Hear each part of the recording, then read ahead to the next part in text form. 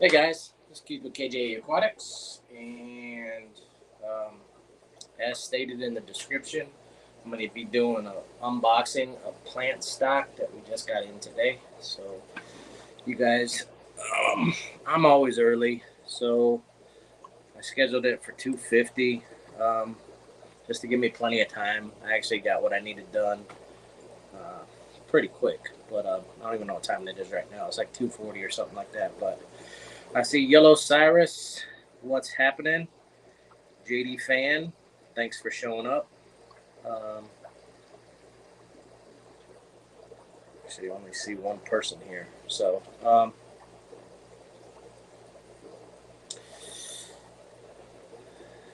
let's see.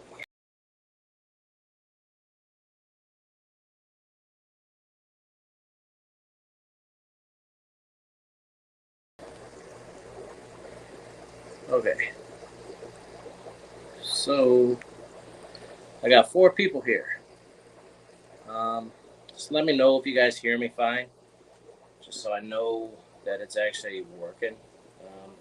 I had some technical difficulties last week, so 6 people. Just yell out in chat right there and let me know how it's working. So, oh, wait a minute. Oh, what's up, Skull? How's it going? So apparently it's working. All good. Alishan, thank you for verifying that for me. So, anyways, audio visual is good. Thanks, Skull. I'm gonna go ahead and get into the box. I will give you guys a heads up. I had to bust into the box prior to the video because I actually had to fill an order and get it boxed and shipped so it can go out today. So, and I didn't have enough stock currently. So, luckily, what I ran out of was in this stock order. So, I did open the box, but I didn't open up all the bags. I just opened up a couple that I needed to rob some stuff out of. But anyways, I'll go ahead and get into it. The first thing, this is the most exciting thing you'll ever see me buy. I'm joking. These are 2-inch pots. So if you guys like to propagate your own plants, cut some stems, and then bring them to swaps or auctions, this is a good way to package them. With the 2-inch net pots, we do sell these, but you can get them other places. The 2-inch net pots and the rock wool. If you guys don't know how this is, it comes in a big sheet, but you break it up individually in these like 2-inch squares. Just break it in half like that. Put your stem plant or the roots of your crypts or whatever in there, close it up, and then just shove it in the pot, and voila, that's what you see at the LFS. So anyways, we do have them. They're on the website. I mainly buy them for myself. But, so, all right. So let's see what else we got in here. I'll just pull a few things out. Again, I broke into the box and I opened a couple bags that I had to rob from, but not many. First off, Amazon swords. I haven't had these in stock for a while. They sell pretty good. It's very popular. This is a bread and butter plant. They just didn't have them available for a while. But just your plain Jane Amazon sword. They're back in stock. They're on the website. I already updated the website, so I had enough time to go to the airport, get the plants this morning. I updated the website, and again, I had some stuff I had to ship. So Amazon swords. This here is Italian Bassleer. The scientific name for Italian vowels is Bassleer spiralis,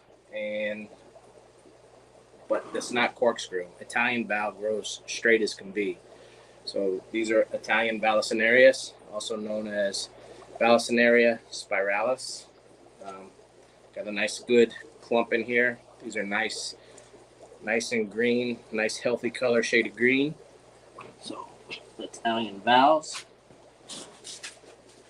Next up, this plant here is one that you can get.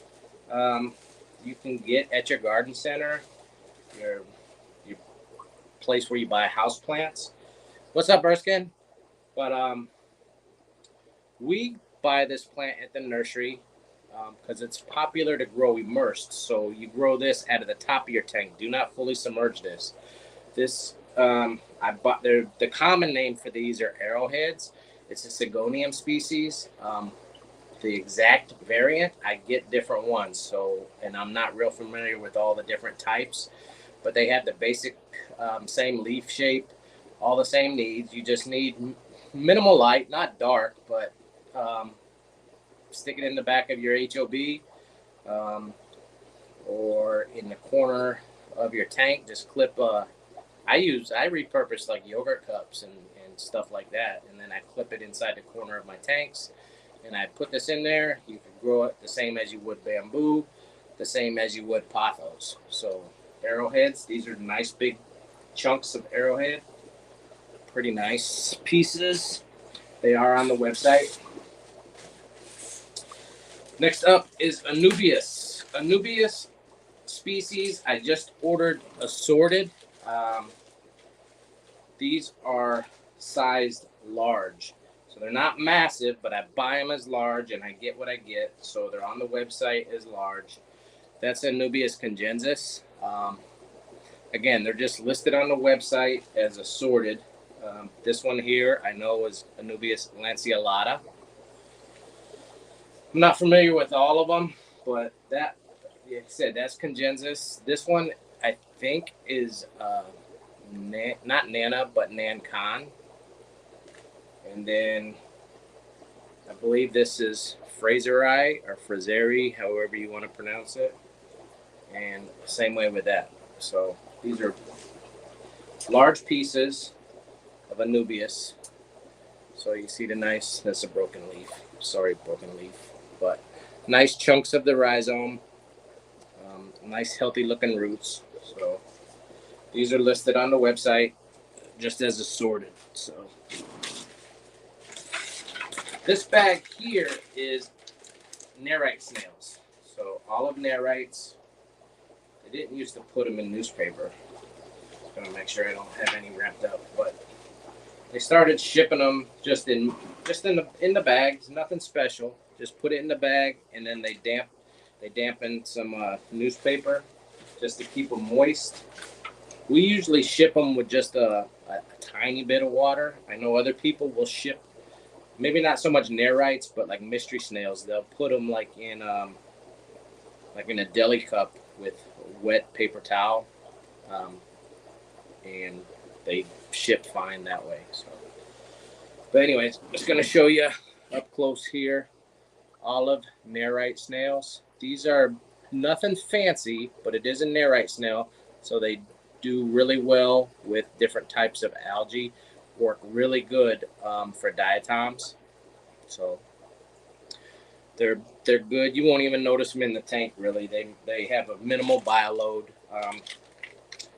The only thing with nerite snails is they do deposit their eggs, but they will not hatch in fresh water. When they leave their eggs, it's like a little white speck. So you might see little white specks around the tank. They're not going to hatch. They're not going to overtake your tank, but they do work great with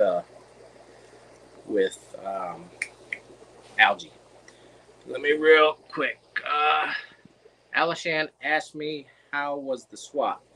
The swap was pretty good. It was the first time that they had one up there. There was a local fish store up there called Get Schooled Aquatics. I'm not familiar with the store. I didn't get a chance to go by the store, but the one gentleman, George, nice guy, in conjunction with a local church near his store, the pastor of the church is also into the hobby. So the pastor, Tim, offered the church as to use the facility for the swap, and it's really, really nice. Beautiful church, nice big facility. There was a decent amount of people that came. I wish there would have been more, but we did okay. And again, it was their first one that they did up that way, and there's not a lot going on up that way. It was north of Syracuse. I thought it was closer towards Rochester, but it actually wasn't. It's closer towards Syracuse. Probably, I'm guessing, a half hour north of Syracuse, maybe. But it's pretty good. Decent amount of people showed up, and we did okay. We made enough to pay for gas, buy lunch, and a couple extra bucks in our pocket. So it was good. So what's up, Mr. Rob? Rob DeFries in the house. So if I do miss saying hi to any of you guys, I apologize. But there's only 8 people in here, so I think I said hi to all you guys. Breets, what's happening? And now I said hi to everybody. So, all right, let me get back to the box. If you guys know anybody that's interested in plants, shoot them a link to the video. More the merrier. So it's free. And also, if you haven't liked the video, do me a favor, do that, and hit the notification bell. So when I do these, you won't miss out. What's up, Mr. Randall? Missed me. Thanks for showing up, Jim. So, anyways, back to the scheduled program here. Again, here's 2 bags that I had to get into, and here's a couple more. But this one here, this is Sagittaria broadleaf, scientific name Sagittaria chiliensis. I actually collected a bunch of these in a local lake when I went camping, a few weeks back. They weren't as big as these and as nice looking as these, but they were definitely the same species. So if you guys know what to look for, and it's okay with where you're at to collect some stuff, learn your plants in your local area, because lots of them can work in your aquarium too. Just quarantine them, treat them and stuff before you put them in your tank. But this is one that grows up in the Northeast, and it's pretty cool. So I'm not selling the ones that I collected. I actually, as you see, I bought these from the nursery. So Sagittaria broadleaf, really cool Sagittaria. And you can see that it gets much taller than like dwarf Sagittaria. So these right here are probably about 8 inches tall. So Alishan's asking me something. So let me see. Can I get the Clifton snails? I don't know what that is, Alishan. The only nerite snails I can get right now is the only source I have right now is on the olive nerites. They also call them tiger eyes, but I call them olives because that's what they look like. I can get mystery snails, different colors of mystery snails, but I really don't. I have a couple mystery snails now, but I don't even put them on the website. I used to breed them a lot, but I'm not really into mystery snails, and there's a lot of other people in the fish fam that sell snails, mystery snails, so I really don't fool with that. But every time I do an unboxing, I feel a few dollars in my Rob. I always hook you up. The antler snails. Alishan, no, I don't have a source for those right now. Is that the horn nerites? I have to look it up. If you shoot me a scientific name in Facebook Messenger, I can see. But right now, my only source of snails is mystery snails and the olive nerites, and sometimes I can get the trapdoor snails. But the trapdoor snails are really good for you. They're fine in your aquariums, but if you have ponds, they're really good for that.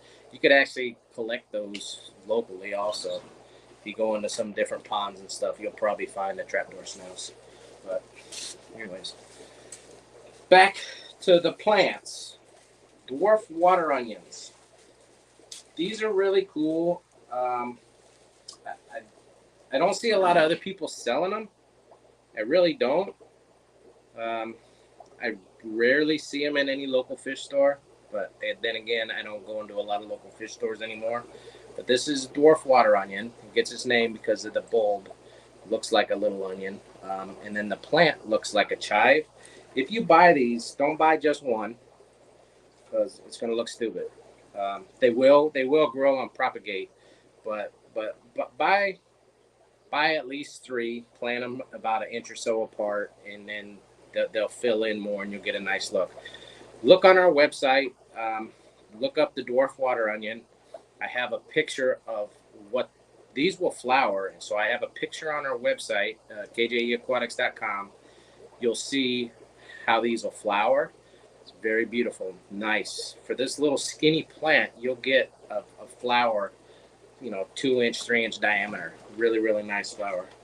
So dwarf water onions, underrated plant that doesn't get a lot of love, but you plant several of them, along the back of a 20-gallon, and they look really beautiful.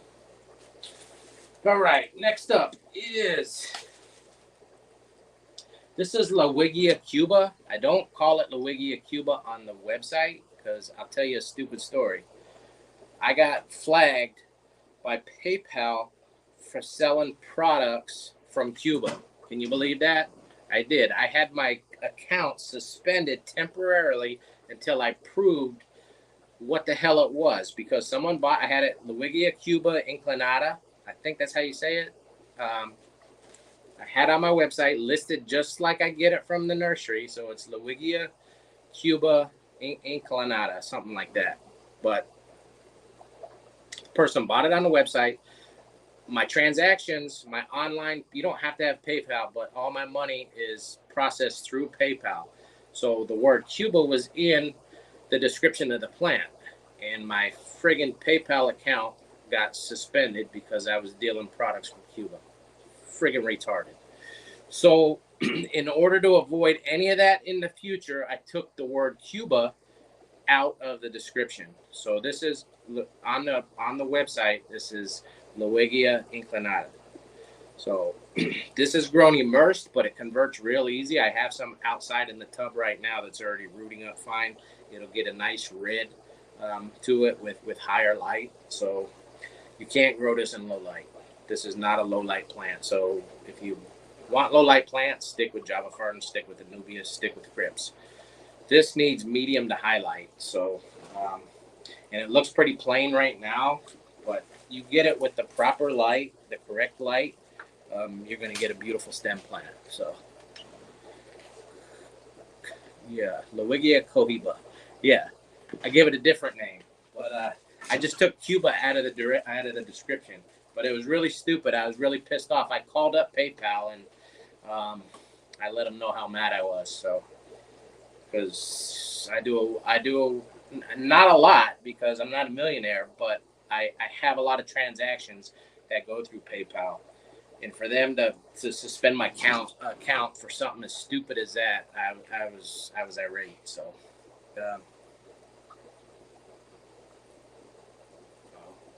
Yeah, Alishan, check out what Rob's telling you. So, all right, next up, this is the ever popular Luigia species Red. So, and you could tell it's not red right now, but you give this, again, just like the Cuba, you give this the proper light, and it's going to turn a nice red. You can grow this under medium light. It doesn't need really, really high light. But in order for you to get the red, you need the high light. And when you guys start giving your tanks like really high light, if you really get intense light, then you're going to have to start getting into CO2 injection to keep the balance of the tank. So right now, you'll see me grow. You'll see these on the website. A lot of the stem plants, you'll see them on the website now, but when wintertime comes around, I usually don't stock a lot of these. So if you want the stem plants now that require a little bit higher light, get them while you can right now, because in the wintertime, I won't have a lot of stem plants because I don't inject CO2 here. I might in the future. I have the equipment. I just don't do it right now. So anyways, Luigia species red. Let's get in. I got some different potted plants here. Oink Master, what's happening?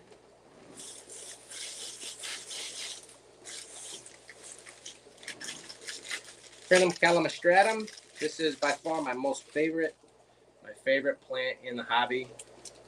Crinum calamastratum. It's an easy plant. Doesn't need anything fancy. Just a good root fertilizer. Thrive caps that we have on the website. Put one near the base of this plant, maybe once every 6 months, and you'll keep it happy. Not low light, but medium light. This will grow pretty much. If you buy a,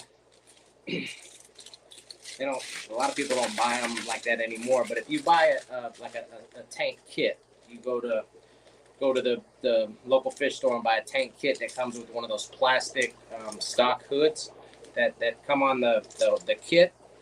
That light is usually sufficient to grow. That's usually depending on the tank depth, but that light is usually sufficient to grow these. Again, depending on the tank depth. So, anyways, another stem plant that's in here. This is microsword narrow leaf. So, a lot of people that want dwarf hairgrass, I try to steer them away from that because dwarf hairgrass is really hard to grow. And, a lot of new people, they don't understand that. They like the look of it. But I try to steer them away from that because it's hard to grow. And I steer them towards the narrow leaf microsword instead. It has the same look. Huh. These are wilted. This looks like shit, so I'll give you I'll give you guys the good, but I'll also give you the bad. This ain't gonna go on the website right now. I think this stayed laid against the heat pack, not the heat pack, but the ice pack too much, and it actually, you can see how it wilted it. Those leaves are dead, so that's kind of shitty. But anyways, this plant is Dwarf Sagittaria. It'll grow, but these leaves that are here right now that I'm picking off and throwing on the floor, they're dead. So this one will go in the tank and probably remain in the tank for a month or two, and then I'll sell it. But this one actually looks like shit. So I'll let the nursery know just that the way they packed it. But that's really no big deal. I mean, it'll sit in the tank, grow out. See, here's a better one. It's not all wilted. They're a lighter green. This one's good to go. So this is Dwarf Sagittaria, right? This is a really common plant that's highly recommended for low-tech foreground plant. So if you ask me what do I recommend for a foreground, meaning the front of the tank, low-tech, that's easy, it's Dwarf Sagittaria. So, hold on, let me see. A couple people are asking me stuff. Wank Master, I have never utilized any bulb plant yet. What would you recommend for the easiest one for a beginner to try? Going into a 45-gallon hex with a small community fish in the guppy colony. The easiest bulb type plant? Tiger lotus. Tiger lotus, yeah, just what Rob said, tiger lotus. I'm going to show you one that's growing out right now. So this is tiger lotus. This comes from a bulb. And this will be sold as a large, but these will get much larger than this. So you can see the plant, but look how cool these look. And this is a reddish colored plant. They can be green too, so they're not always red. This one just happens to be a reddish color. But they don't need highlight to get that red. But that's it. That's probably the easiest.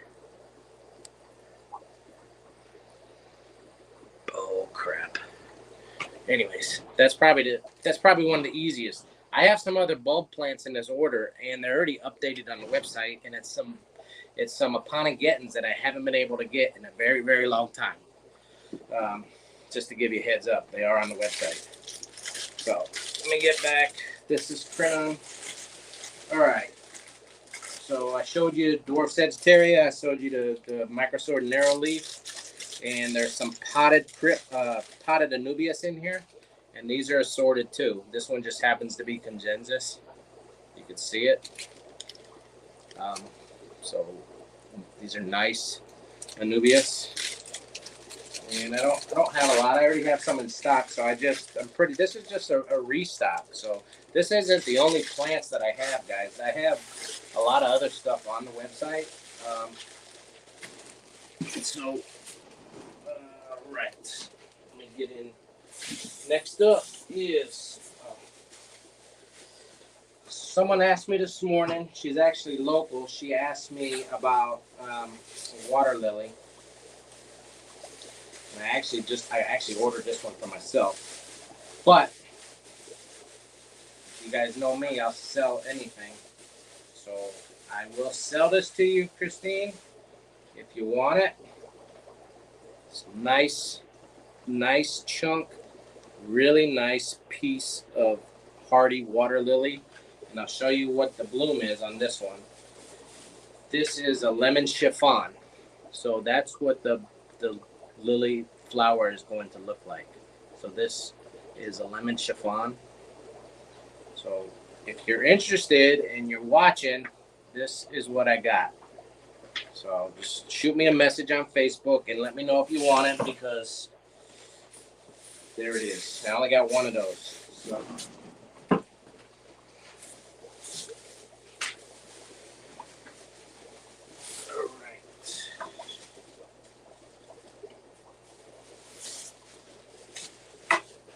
Next up is my favorite sword plant.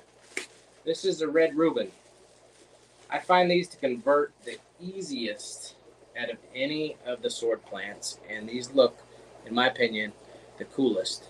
When you get new leaves coming up, that's the reddish color right there in there.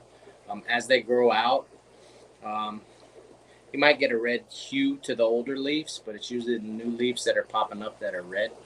This is called a red Reuben.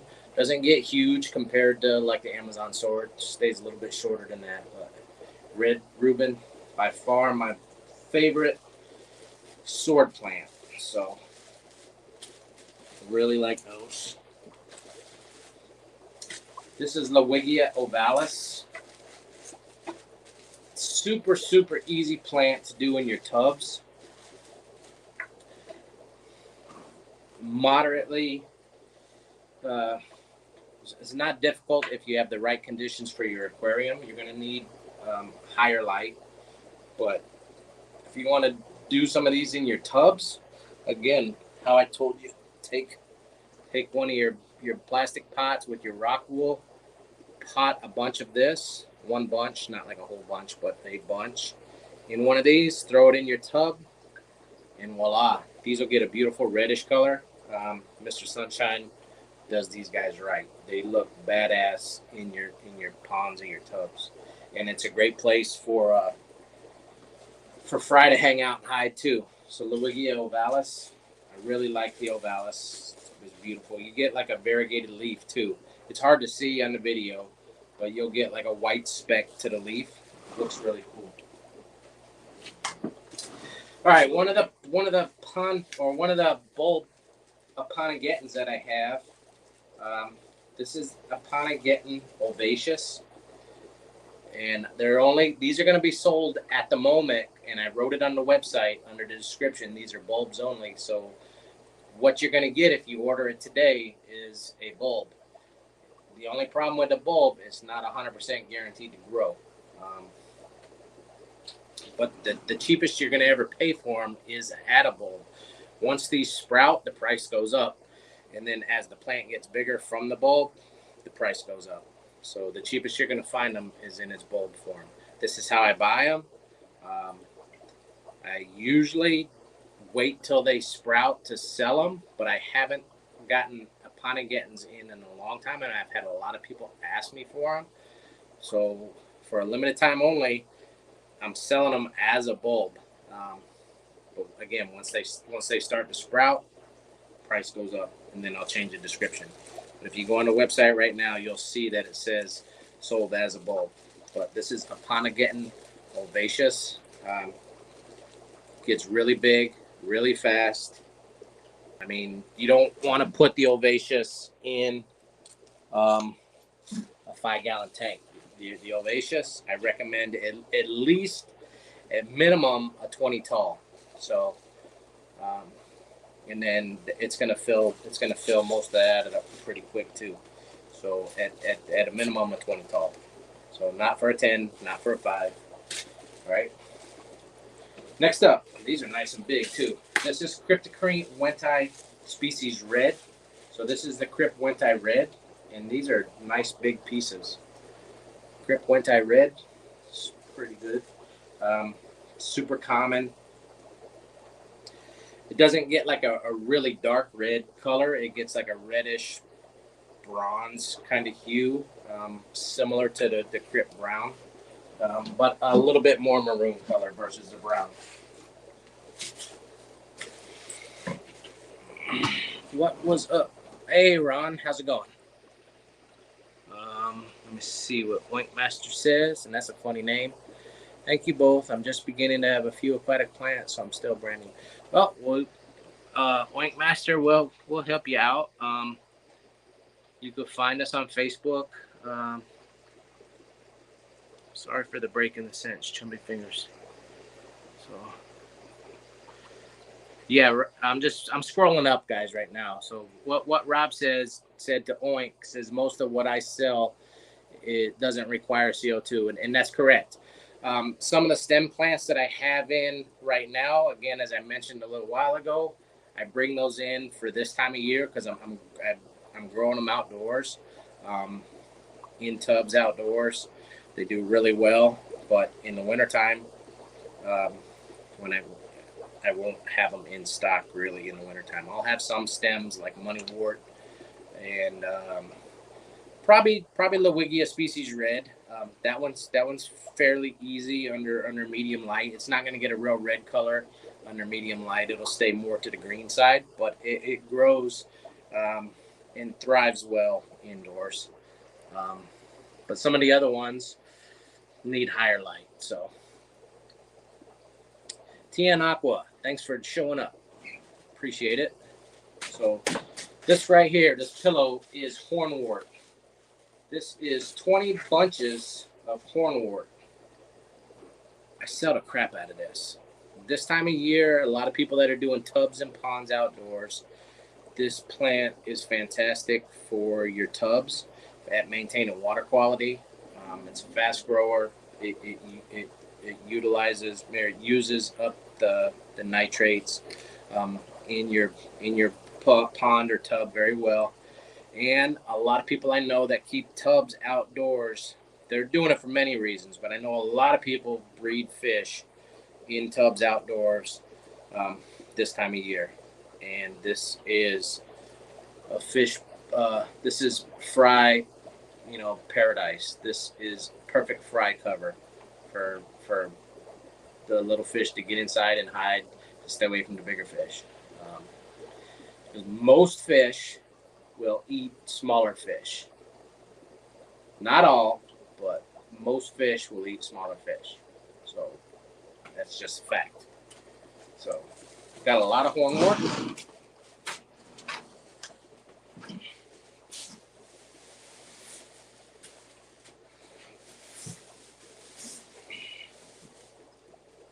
Oh, this is one. This is a reason I put these. I had so many people be asking for these right now. But this is another Aponighetton. But this is, and it's going to look like a duty ball. But this is Madagascar Lace. So this is the bulb from Madagascar Lace. Again, these are going to be sold until they start to sprout. They're going to be sold as a bulb. And to reiterate what I said before, a bulb is not always guaranteed to grow. So if you buy this and a month later you contact me and said it never grew, I'm telling you right now, I don't know what to tell you. I'll write that in the description on the website. I don't think I did. But if you buy a plant as a bulb only, it's not guaranteed to grow. Not saying it's not going to grow, so I ain't looking to rip you off. I'm just telling you facts. Bulb plants do not always grow. Do they have a good chance of growing? Definitely, or else I wouldn't buy them at all. So anyways, and this one's actually, and I'll sell it still as a bulb, but this one actually has a sprout. You can see it right at the top. So this one's definitely viable. So Madagascar Lace.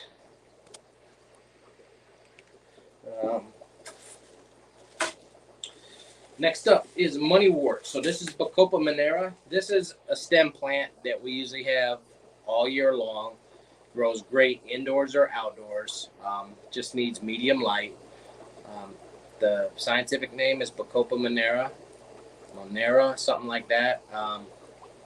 Easy plant. Pretty common, but it's easy. It's a good plant. You can grow this floating if you have sufficient lighting. I grow it outdoors in the tubs, floating. I'll just take this right now and I'll throw it out in the tubs for now. But I usually have that all year long. Next up is Jungle Bassleer species Red. I prefer this jungle val over the standard Bassleer americana, just because not so much the red color, and you'll see this gets like a brownish, it's kind of like a brownish reddish color. It's not going to get a deep red, but your regular jungle val won't get this hue to it. But the leaf on the jungle val species Red is much wider, so this is probably almost a ½ inch wide right here, 3/8 inch wide. Regular jungle valves probably maybe a 1/4 inch to up to a ½ inch, but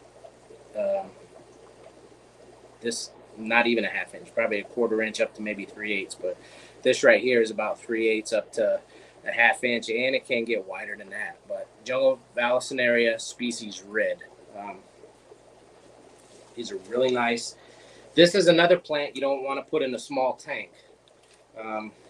This plant has the potential to grow 9, 10, 12 feet long. So again, these right here are probably 20 inches to 24 inches right now. Again, they can grow up to 12 feet, I'm guessing. I would recommend, again, a 20-gallon tall, smallest tank for this plant. You could put them in a smaller tank. You're just going to have to keep thinning them out. So, Jungle Val species Red.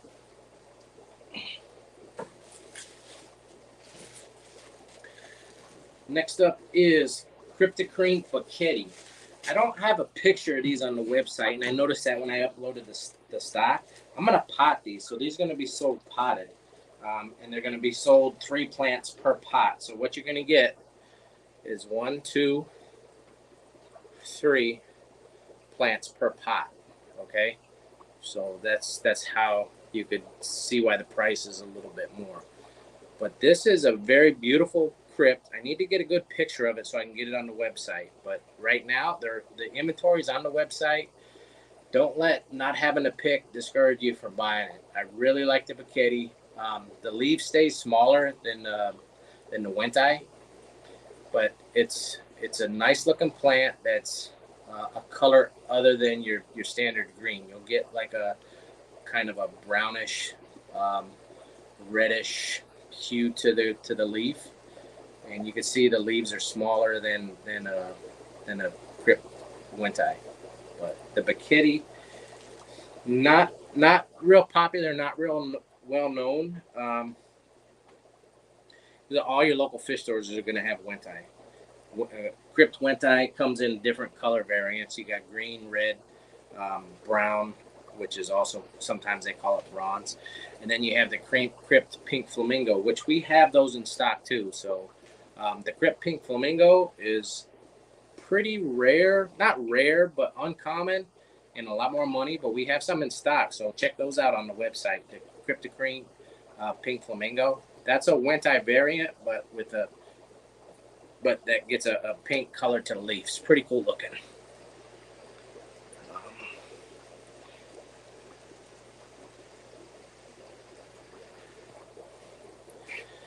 Giant ram's horns. Giant ram's horn snails, Wink Master, are also known as like Colombian ram's horns.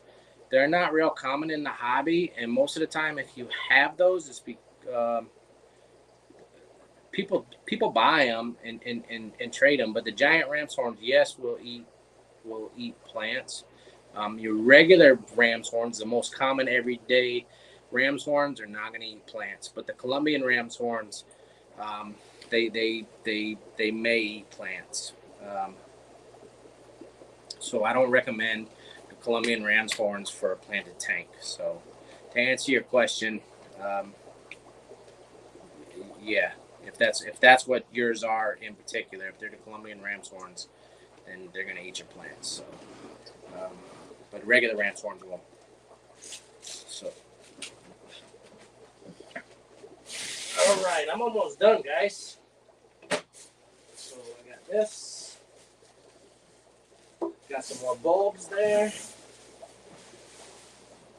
Let's see what this bulb is here. These are Aponigeton Caparoni. So this is another bulb, and again, it's on the website. This is probably my favorite Aponigeton. So look these up. There's a picture on the website. The Aponigeton Caparoni. You spell it Capuronii. So look up that Aponigeton. This one really looks nice. Again, for the time being, when you buy it, you're gonna get a bulb. So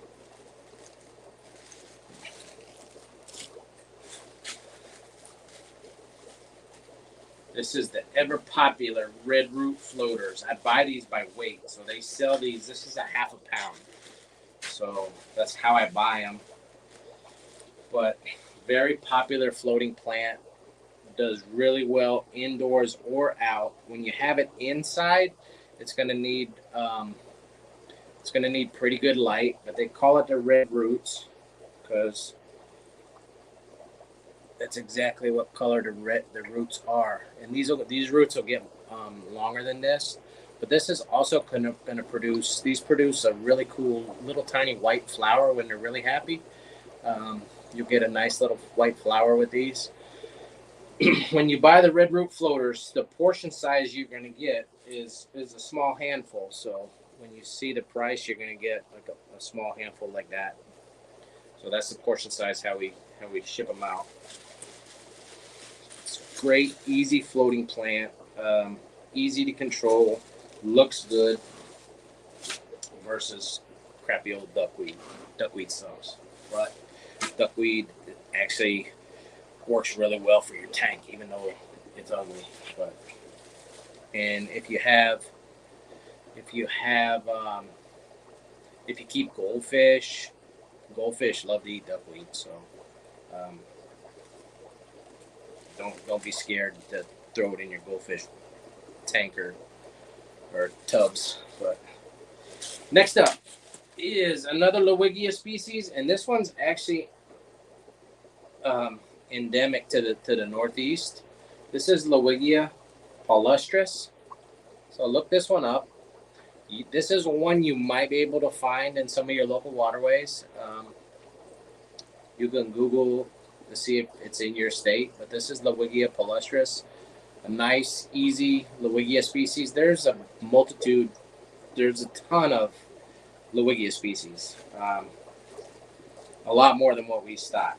So, but I stock some of the easier ones is what we stock. So it's Luigia palustris, and I believe this is the last. No, I still got. Get this one out. This is Sagittaria narrowleaf. Sagittaria narrowleaf, and I'm going to show you Sagittaria broadleaf. So I'll show you this is narrow here. This is broad here. You can see the blade. It's hard to tell on the video. I apologize, but the leaf width of the leaf blade is much wider. This will grow probably about the same height as broadleaf. So this is Sagittaria subdullata, narrow leaf. This will get taller than dwarf Sagittaria, but I really love this plant because it's so easy. It looks really cool. Once you get it going in your tank, it grows easy. It shoots out runners. You'll be trading this at swaps. You'll be giving this away to your buddies once you get it established. And that's one thing I will tell you with plants. You got to have patience. When you buy a plant or you set up your planted tank, have some patience. It's not going to fill out immediately. You got to have some patience. Let the stuff fill in. You might get a little bit of melt from the plants, but don't let that discourage you. It doesn't mean they're dying. Sometimes when plants are moved, when they're shipped, when you take them out of a pot and put it in the substrate, they don't always like to be messed with. So have patience. So anyways, Rob said I had so much that the Sagittaria subdullata it's once it's happy, it'll grow pretty quick, and it's a good plant to keep growing and trading as swaps, or take it to your local club auctions. It's pretty popular. Another popular plant at club auctions is Vallisneria. All the species, whether it's corkscrew, contortion, jungle val, Italian Vallisneria, they're really popular to grow and trade. So if you're looking for something that grows pretty quick and something that you could barter with, Vallisneria, Sagittaria are two easy plants. So anyways, and then the last plant I have is the best smelling plant in the hobby. It's Brazilian Pennywort. You guys probably heard me say this before, but this is also edible. Over in Asia, they make a drink out of this, so they juice this, and you could drink Brazilian Pennywort. If you go to you won't see it at like your local Price Chopper, Hannaford, or ShopRite. I never seen it there, but I go over to Albany, New York, to the Asian food market, and I see this on the shelf, juiced in a can, quite regularly. So have I tried it? Not yet, but I might. People drink it, people eat it, because I see it there. But when you smell this smells beautiful. It smells fresh. It makes you want to eat it when you smell it. It smells good. For a Brazilian Pennywort, we float this. You can grow this in the substrate. It's gonna grow anyways towards the surface of the tank or your tub. But we here at KJE, I don't even pot this. I'll take this and all I do is float it. That's all I do. So, but you can grow this, submerged, no problem. But I like to float it. So anyways, that's all I got. If you guys have any questions, I actually went through that box pretty quick. But just to run down some of the stuff we haven't had in a while. Madagascar Lace, Aponigeton Ovaceous, Aponigeton Caproni. Those are three I haven't had in a long time, especially the Madagascar Lace. I didn't get a lot of bulbs because they're actually kind of expensive, so I didn't buy a ton of them. So, and also the nurseries, plants that are real popular that a lot of people want. A lot of times they limit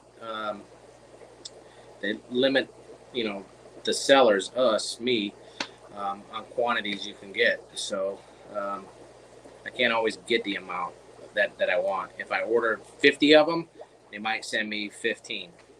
So that's just how it is. But what's up, Frank? Hey, Lefty. And how are your fish doing with the legit food? The fish really like the legit food, and I had some really good feedback, Frank, from several customers that bought it. So it's good stuff. It's good stuff. We still, hey Greg, what's happening? We still primarily feed Dr. Bassleer. I'm just looking for a can sitting by me real quick.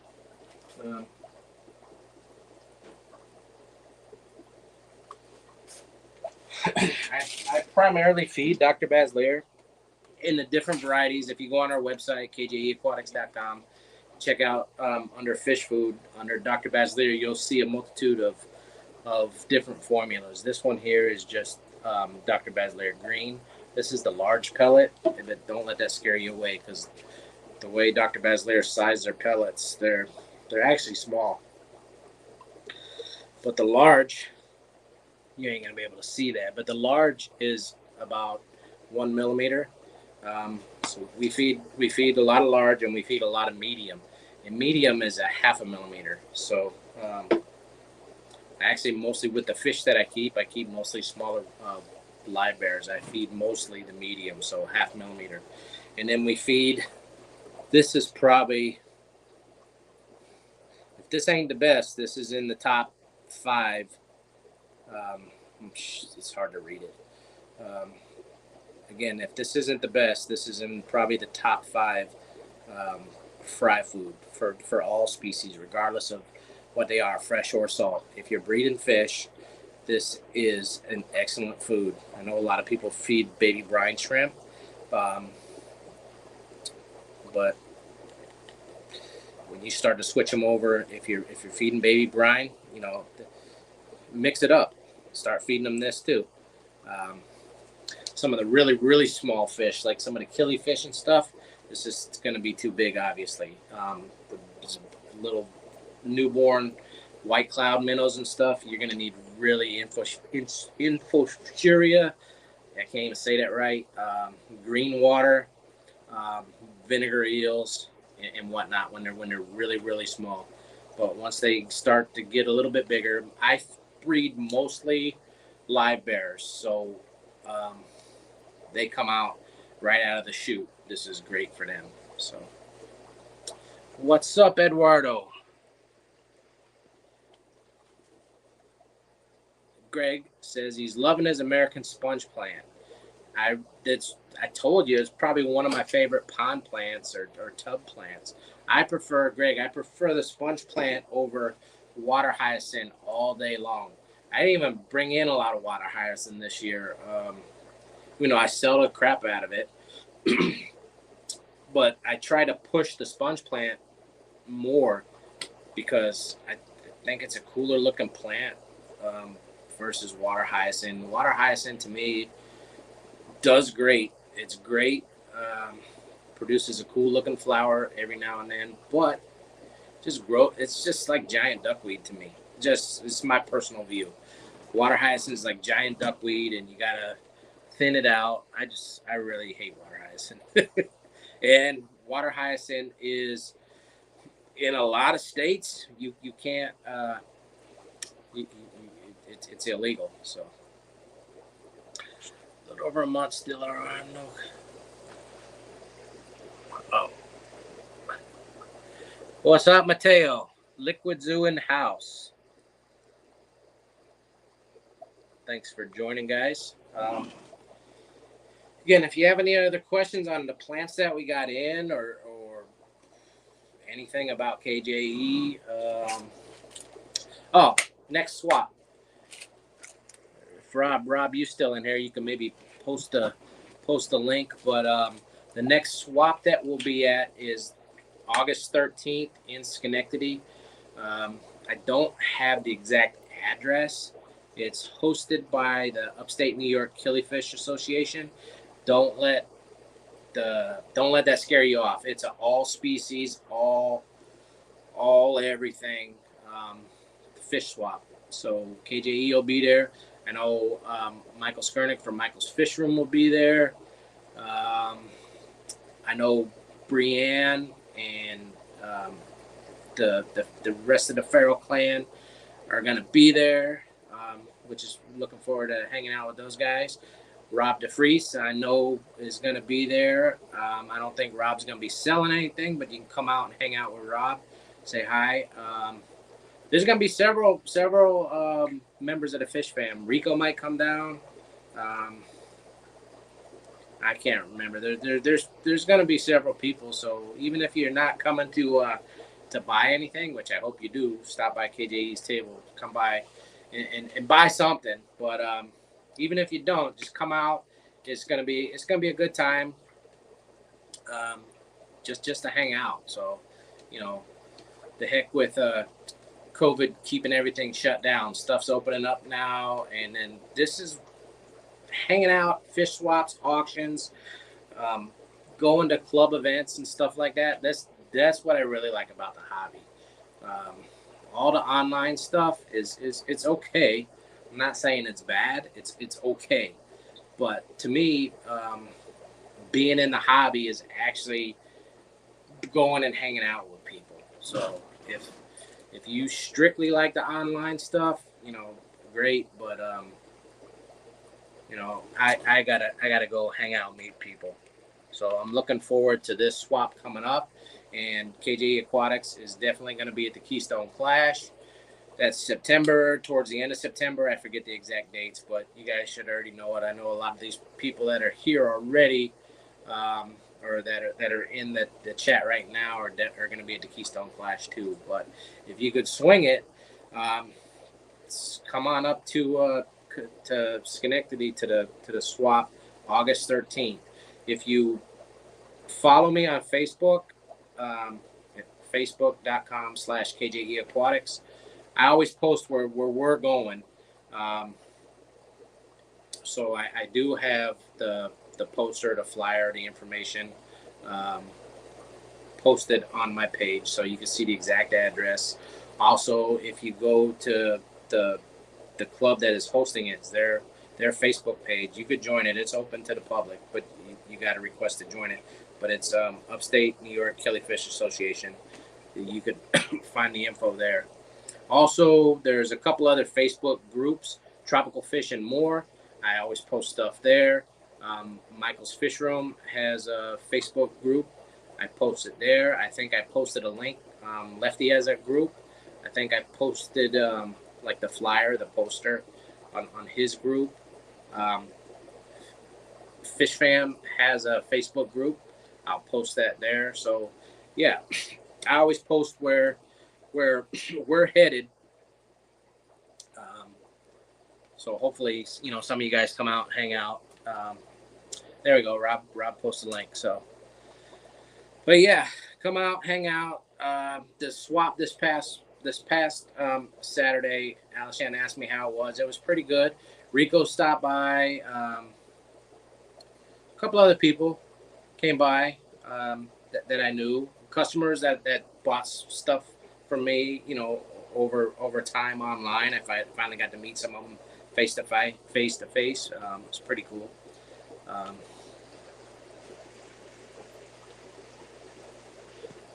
Yeah, Bucks County. I did post that. Alishan, you guys gotta come up to Schenectady. Take a ride up to Schenectady, the big beautiful town of Schenectady. So. Sell many caves. Did I sell? I sold 2 caves at the swap, Alishan.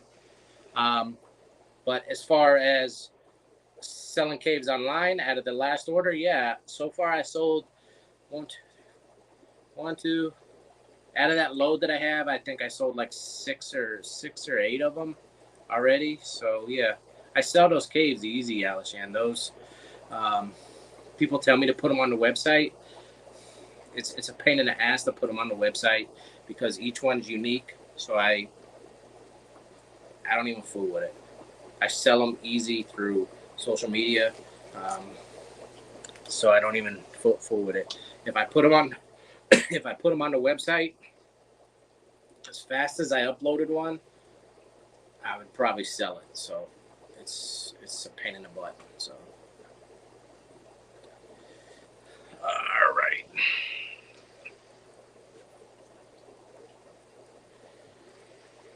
Oh, there we go. Rob kicking butt as a mod. 6 Old Mariahville Road, Schenectady, New York.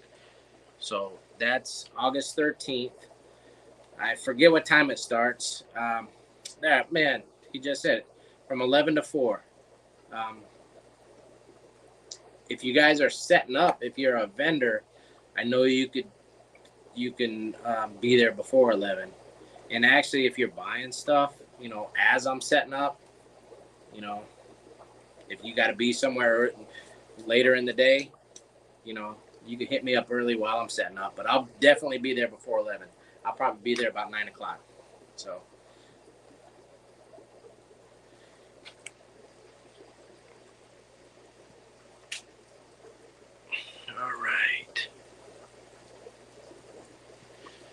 All right. So I'm at an hour, so I guess I'm going to kick it. And I appreciate you guys coming in, watching, seeing me unbox some soggy grass.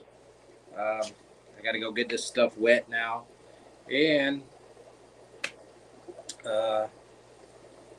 hopefully I got some more orders to fill, because if you guys are interested in any of the stuff we have here, or on the website, if you place your order today, more than likely I can get it out tomorrow. So that'll be good. We ship Monday, Tuesday, sometimes Wednesdays, depending on the region the destination is going to. So if you're in Pennsylvania, or if you're in New Jersey, Vermont, New Hampshire, I'll ship on Wednesdays because you're within my immediate region. It's usually 1 day shipping with UPS. But Mondays, Tuesdays, I ship nationwide. Saturdays, I'll ship too if I'm not busy at a swap or an auction or something like that too. So, because Saturdays, people don't understand, but I'll tell you straight up, when you ship United States Postal Service, that mail never stops. So those boxes, those letters, they never stop. The USPS works 24/7, 365. They might not always be efficient in getting your letters or your packages to you in a timely manner, but that's beyond my control. I'm sorry. Don't ask me about that. But they work 24/7, 365. So we often ship on Saturdays. I have people tell me, well, why do you ship on Saturdays? Because it's just going to sit there not moving on Sunday. That box is moving. So guaranteed. Ask anybody if you know anybody that works for the post office. That mail's always moving. So, but all right. So I'm done. Appreciate you guys hanging out and listening to me babble. Peace, guys.